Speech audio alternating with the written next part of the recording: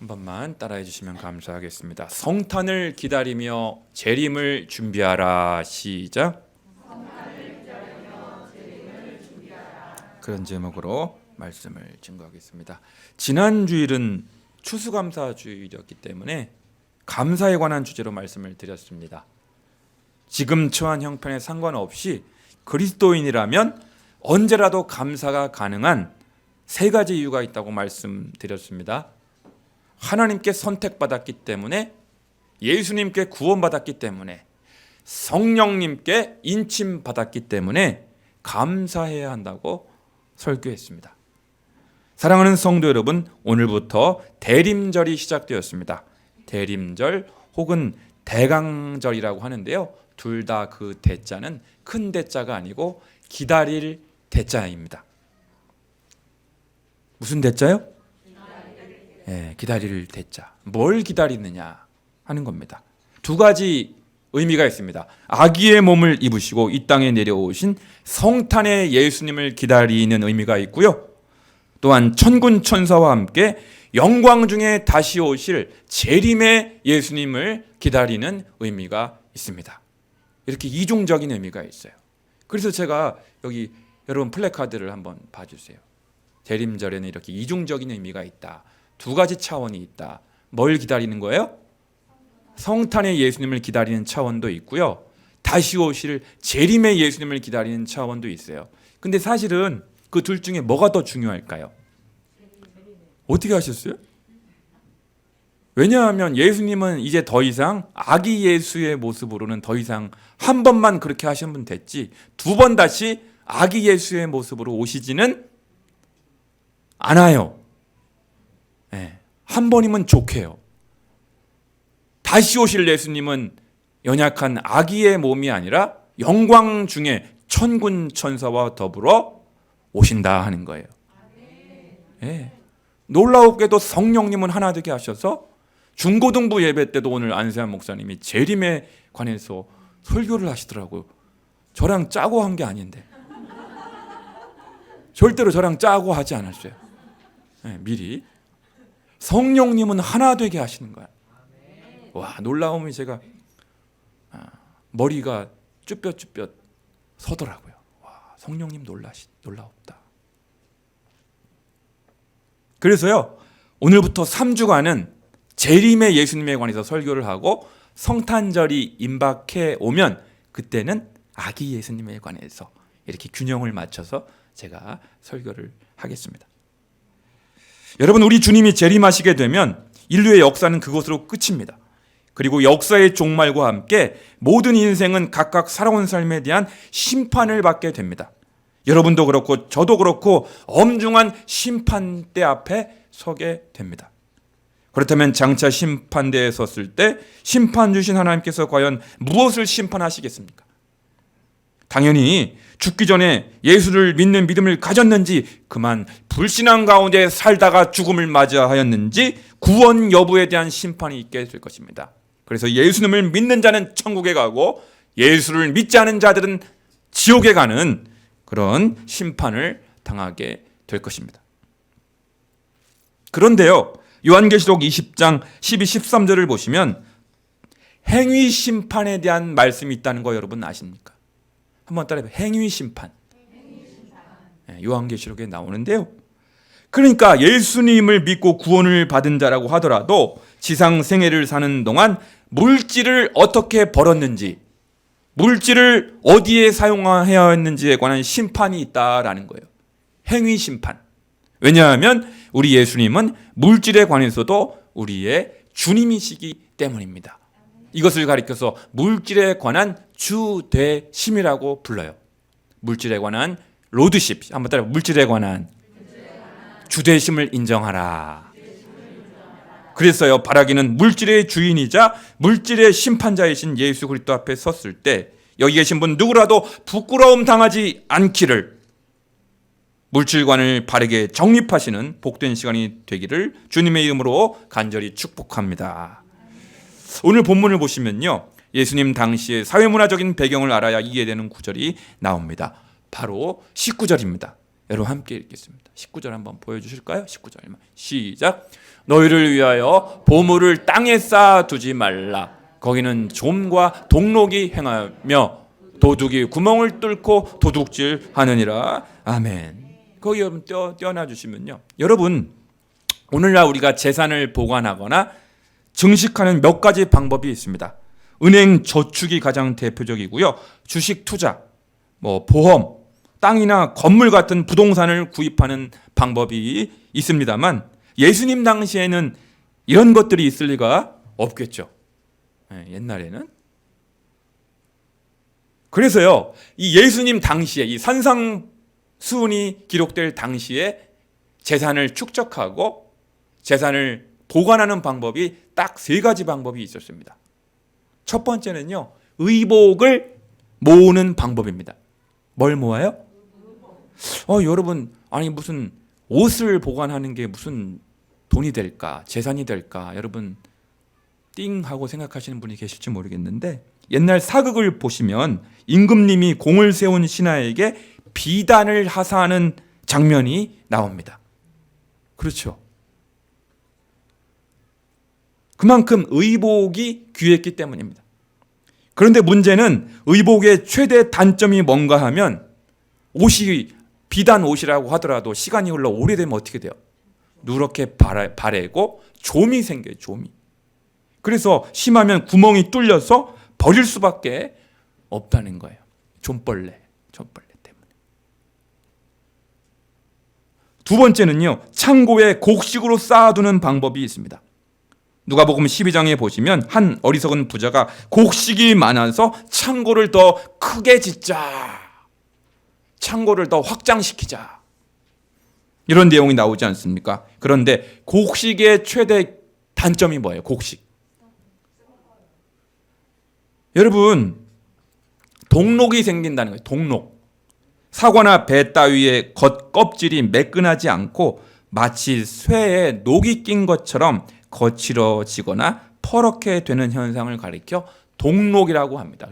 곡식은요, 오래되면 썩기도 하고 냄새가 나기도 하고 동록이 생겨서 못 먹고 버려야 되는 그런 단점이 있습니다.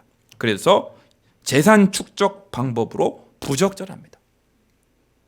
마지막 세 번째는 뭐냐면요, 금을 항아리에 넣어두는 방법이 있습니다. 요즘도 부자들은 현금을 금으로 바꿔가지고 집에다가 몰래 숨겨놓잖아요. 금 모으기. 이 당시에는 지금처럼 금고가 스테인리스 스틸로 이루어진 금고가 없었고요, 콘크리트로 된 창고가 없었습니다. 그래서 금을 토기 항아리나 흙벽돌로 지은 창고에 넣어두었습니다. 그런데 이것도 단점이 있어요. 작심하고 도둑이 날카로운 연장을 가지고 그 흙으로 된 항아리를 깨고 뚫어버리고 흙벽돌을 뚫어버리고 그 안에 있는 금을 가로챌 수가 있는 거예요. 훔쳐갈 수가 있는 거예요. 그러니까 이것도 역시 확실한 보관 방법이 못 되는 것입니다. 다시 한번 19절 보여주실까요? 19절. 이 당시 예수님 당시에 재산을 보관하고 재산을 축적하는 방법 세 가지가 예수님이 거론하시는 거예요, 지금.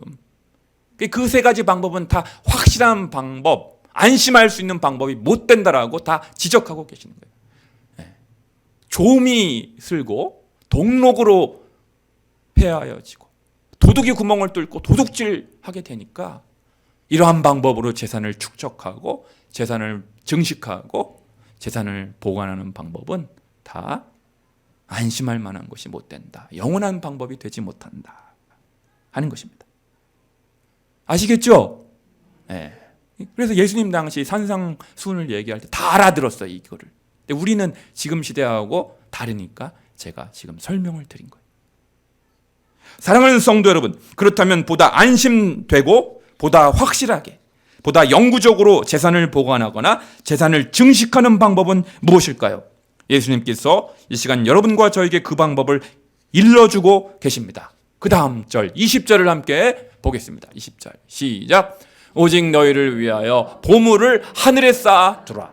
거기는 좀이나 동록이 해하지 못하며 도둑이 구멍을 뚫지도 못하고 도둑질도 못하느니라. 아멘. 예수 그리스도의 제자들에게 말씀하시, 하나님의 자녀들에게, 성도들에게 예수님께서 일러주시는 재산 증식 방법, 재산 보관 방법이 뭐냐?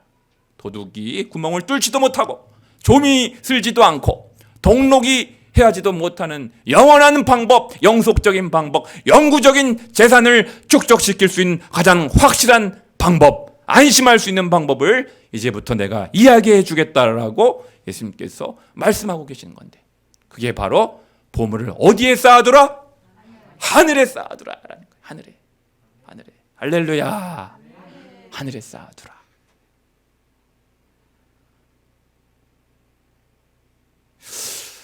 그렇다면 여러분들이 막 궁금증이 막 또 이제 모락모락 올라오기 시작합니다.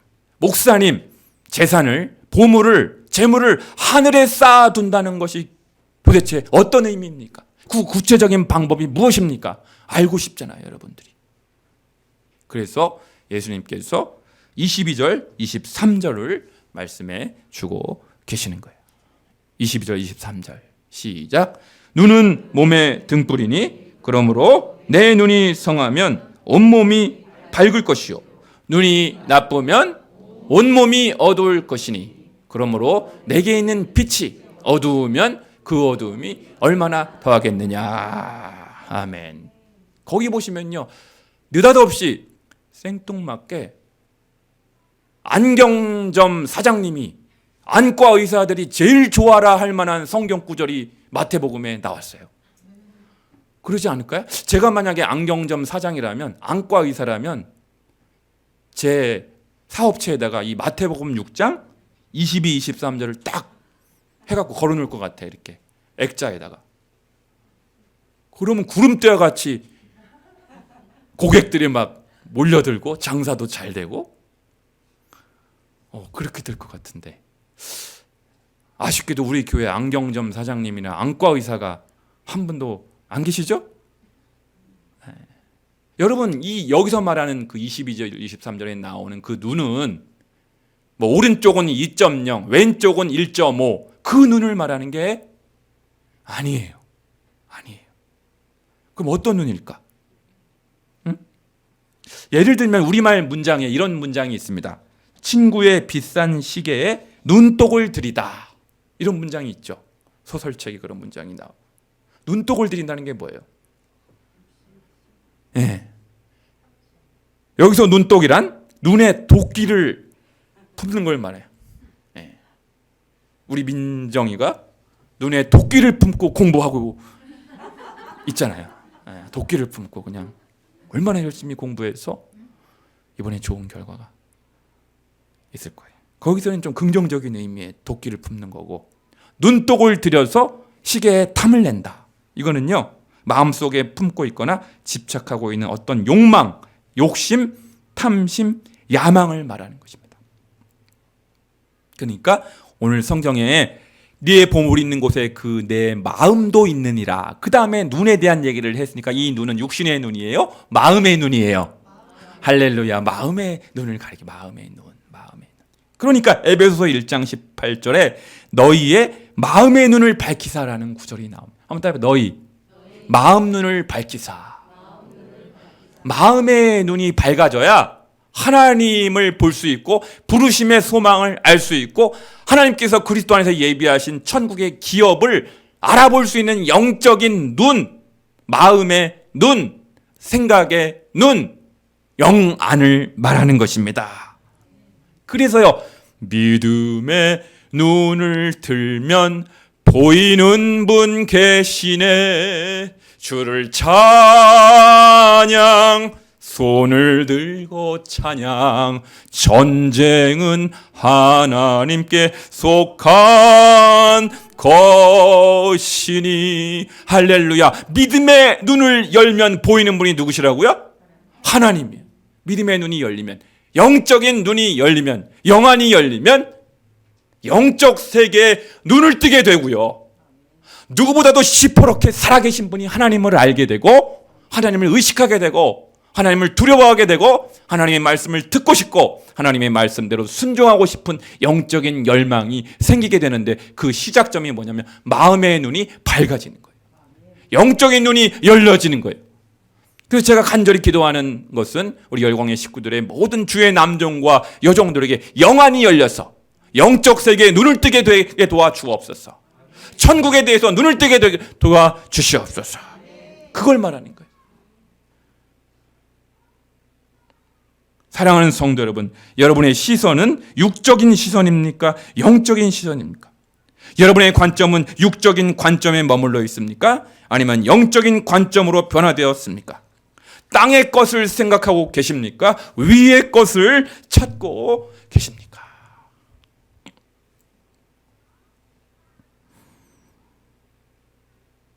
여러분은 이 지상에서의 성공과 성취를 더 추구하십니까? 아니면 천상에서 내세에서의 영광과 상급을 보다 더 갈망하고 계십니까?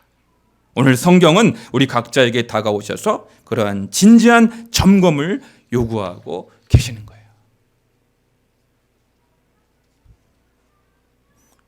결론적으로 우리 예수님은 24절을 통하여 우리에게 말씀하십니다. 마지막 24절. 시작. 한 사람이 두 주인을 섬기지 못할 것이니 혹 이를 미워하고 저를 사랑하거나 혹 이를 중히 여기고 저를 경히 여김이라. 너희가 하나님과 재물을 겸하여 섬기지 못하느니라. 아멘. 사랑하는 성도 여러분, 우리가 거듭나서 하나님만을 사랑하고 하나님만을 섬기며 하나님만을 예배하고자 할 때 우리를 위협하는 가장 강력한 라이벌이 누구겠습니까? 여러분, 하나님 말씀대로 살고 싶고 영적인 세계에 눈을 뜨고 싶고 천국을 사모하고 신령한 세계에 대해서 알고 싶잖아요. 그리 되었을 때 그것을 강력히 방해하고 위협하는 강력한 라이벌이 누구라고요? 마귀입니까? 사탄입니까? 귀신들일까요? 아닙니다. 바로 재물이에요. 재물. 하나님의 자리를 호시탐탐 차지하려고 위협하는 강력한 세력이 누구라고요? 재물이에요. 재물. 돈입니다. 물질입니다. 재산입니다. 저를 포함하여 인간이 물질 앞에서 얼마나 약해지는지 모릅니다. 그래서 우리말 속담에요. 여러분, 제가 우리말 속담에 돈에 관한 속담이 어마무시하게 많더라고요. 100개도 넘는 것 같아. 여러분, 시간 있는 분들은 한번 검색해 보세요. 100개도 넘어요. 오죽하면 우리말 속담에 돈을 주면 뱃속에 아이도 기어 나온다. 이런 속담이 있어요.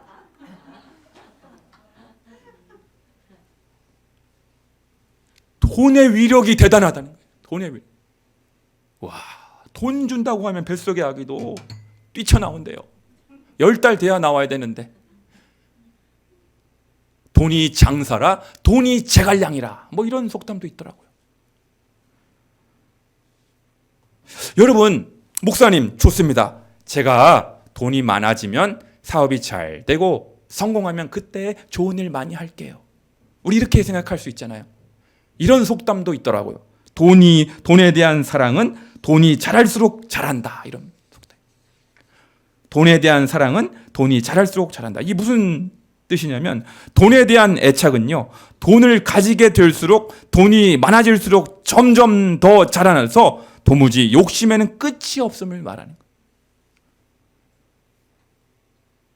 그러니까 나중에 사업에 성공해서 돈이 많아지면 그때 주님을 위해서 좋은 일을 할게요라는 이러한 결단이 쉽지 않다는 것입니다. 사랑하는 성도 여러분, 아까 24절을 한번 보여주실까요? 24절. 우리 화면에 한 번만 띄워주세요. 여러분, 거기 보면요, 미워하고라는 말이 있죠. 두 번째. 그죠? 미워한다. 그럼 하나님, 목사님, 돈을 미워하라는 뜻입니까? 이 재물에 관한 오늘 말씀이잖아요. 물질에 관한 말씀이잖아요. 돈을 미워한다는 말은 돈을 혐오한다는 뜻이 아니에요, 여러분.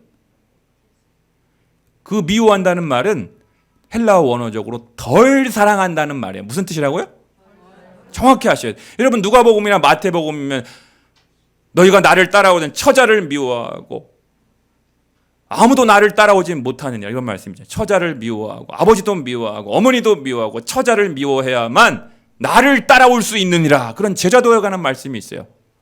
그러면 아내를 미워하고 막 자식들을 미워하라는 뜻이 아니라 문자적으로 덜 사랑한다는 뜻이에요. 덜 사랑한다는 뜻. 어떤 뜻? 그러니까 여러분 돈을 혐오하라는 뜻이 아니에요. 돈은 좋은 거예요. 돈을 사랑하는 것이 일만하게 뿌리인 것이지 돈 자체가 나쁘다고 말씀하고 있지 않아요. 전도서에 보면요. 돈은 범사에 응용되느니라 모든 일에 이용되느니라고 긍정적인 말씀도 있어요.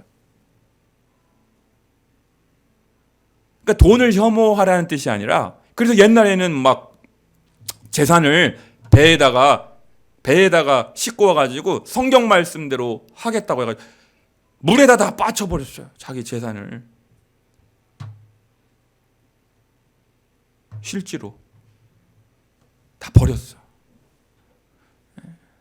대단하다.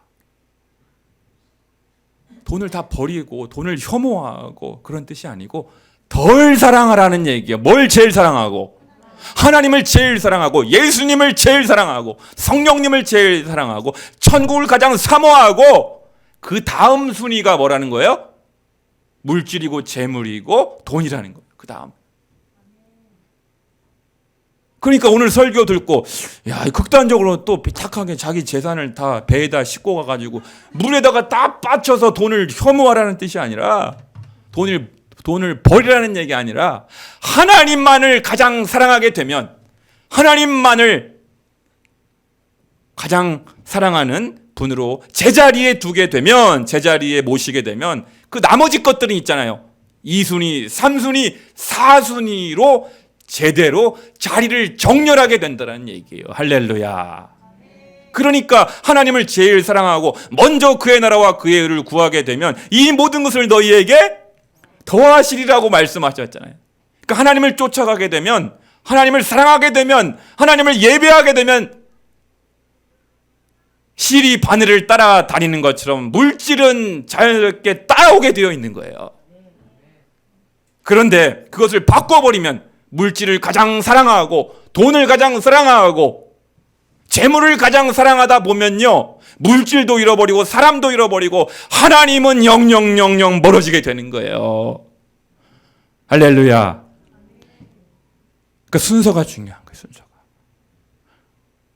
따라해 보실까요? 순서가 중요합니다. 바늘이 먼저예요? 실이 먼저예요? 대답해 보세요. 바늘이 먼저예요? 실이 먼저예요? 바늘이 먼저잖아요. 바늘이 먼저잖아요. 바늘 가는데 실 따라다니는 거예요. 하나님을 따라다니면 물질은 따라오게 되어 있어요. 예수님께서 말씀하셨잖아요. 마태복음 6장 33 너희는 먼저 그의 나라와 그의 의를 구하라. 그리하면 이 모든 것을 물질을 포함해서 이 모든 것이 너에게 따라온다. 더하시리라.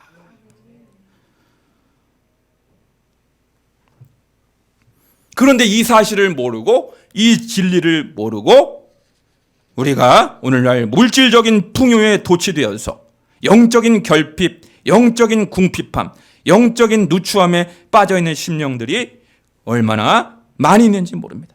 오히려 물질적인 풍족함 때문에 하나님과 아득히 멀어져 있는 사람들이 얼마나 많이 있는지 모릅니다. 그러므로 하나님의 말씀을 섭취해야 합니다. 말씀을 먹고 예수님의 살과 피를 먹고 마실 때만 인간의 영혼은 살아나게 되어 있습니다. 깨어나게 되어 있는 것입니다. 사랑하는 열린광성의 성도 여러분, 이제 예수님께서 물질을 하늘에 쌓는 방법을 이제 여러분들에게 공개하겠습니다. 구체적으로 명확하게 말씀드릴게요. 누가복음 12장 13절 한번 찾아주세요. 여러분. 누가복음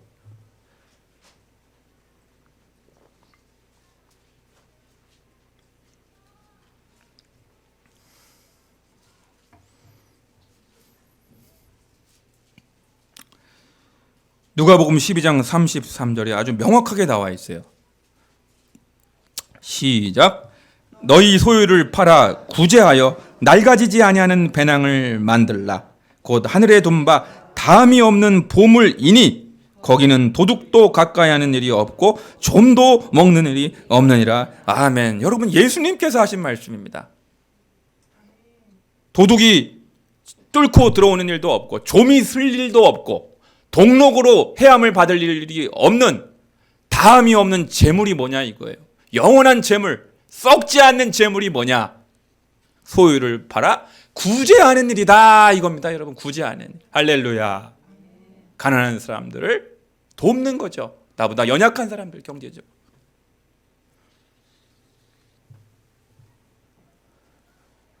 그게 누가복음 6장 12장을 통해서 우리에게 말씀하고 있는 것이고요. 마태복음 6장은 구제를 포함하여서 더 넓은 맥락으로 우리에게 말씀하고 있어요. 그건 뭐냐면 이기적인 목적이 아니라 이타적인 목적을 가지고 돈을 벌라는 얘기입니다. 이타적인 목적을 가지고 돈을 쓰라는 얘기입니다.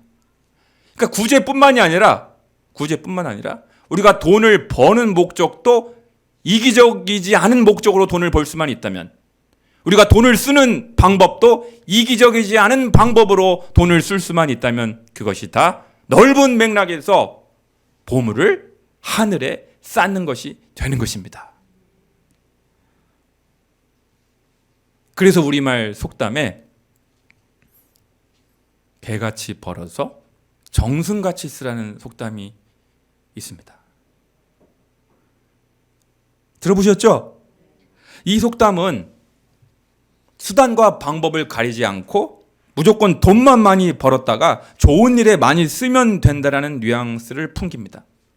그렇죠? 그런 느낌이 드는 속담이에요. 개같이 벌어서 정승같이 쓰라. 무조건 수단과 방법을 가리지 않고 돈만 많이 벌고 그 돈으로 좋은 일에 정승같이 쓰면 된다. 그러니까 돈을 버는 과정이나 돈을 버는 절차에 관해서는 별로 신경을 쓰지 않는 느낌이 들어서 상당히 성경적이지 않고요, 위험성을 내포하고 있는 속담이에요. 왜냐하면 신명기 23장 18절은 이렇게 말씀하고 있기 때문입니다. 창기가 번 돈과 개 같은 자의 소득은 어떤 소원하는 일이로든지 내 하나님 여호와의 전에 가져오지 말라. 이 둘은 다 내 하나님 여호와께 가증한 것이니라. 그러니까 불의한 방법으로, 부정한 방법으로 돈만 많이 벌어서 예배당에 헌금을 왕창 바쳤다. 그 헌금을 하나님이 받으셔요, 안 받으셔요? 안 받으신다는 거예요. 안 받으신다. 그러니까 돈을 버는 방법도 의로워야 되고 돈을 쓰는 방법도 의로워야 돼. 둘 다. 그러니까 개같이 벌어서 정승같이 써야 한다는 속담은 성경적으로 이렇게 바뀌어야 됩니다. 한번 바뀌어야 돼요. 따라해 보실까요? 정승같이 벌어서 정승같이 써야 됩니다. 할렐루야. 이게 성경적인 속담이에요. 성경적.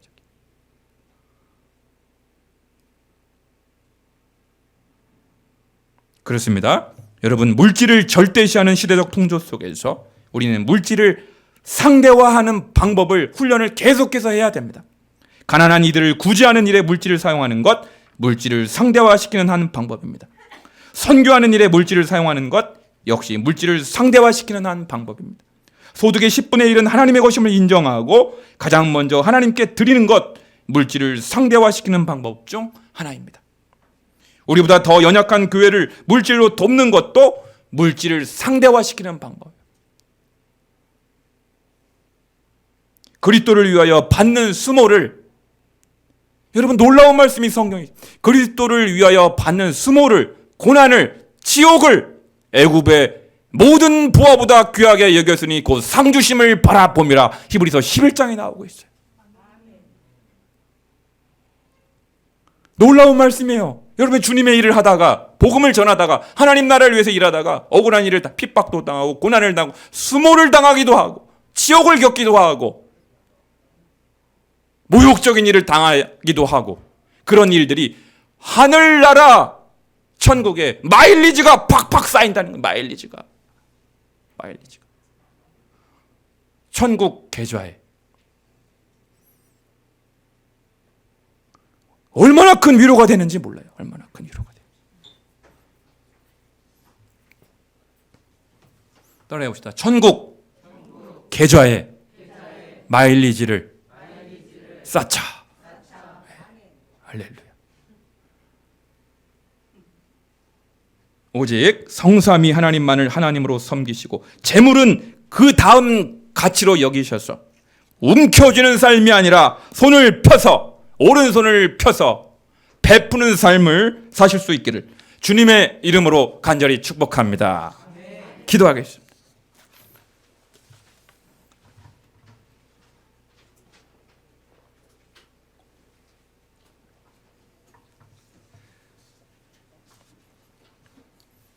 하나님 아버지, 우리가 영적으로 긴장하지 않으면, 영적으로 깨어있지 않다 보면 나도 모르는 사이에 본능적으로 돈을 추구하고 물질을 사랑하고 만모인 신을 사랑할 때가 많습니다. 늘 깨어있게 도와주시고 정신을 차리게 도와주시옵시고 하나님의 자리에 만몬이 그 자리를 차지하는 일이 없도록 하나님만 가장 사랑하고 그 다음에 2순위, 3순위, 4순위로 재물을 사랑하는 자가 되게 하여 주시옵소서. 예수님의 이름으로 기도하옵나이다. 아멘.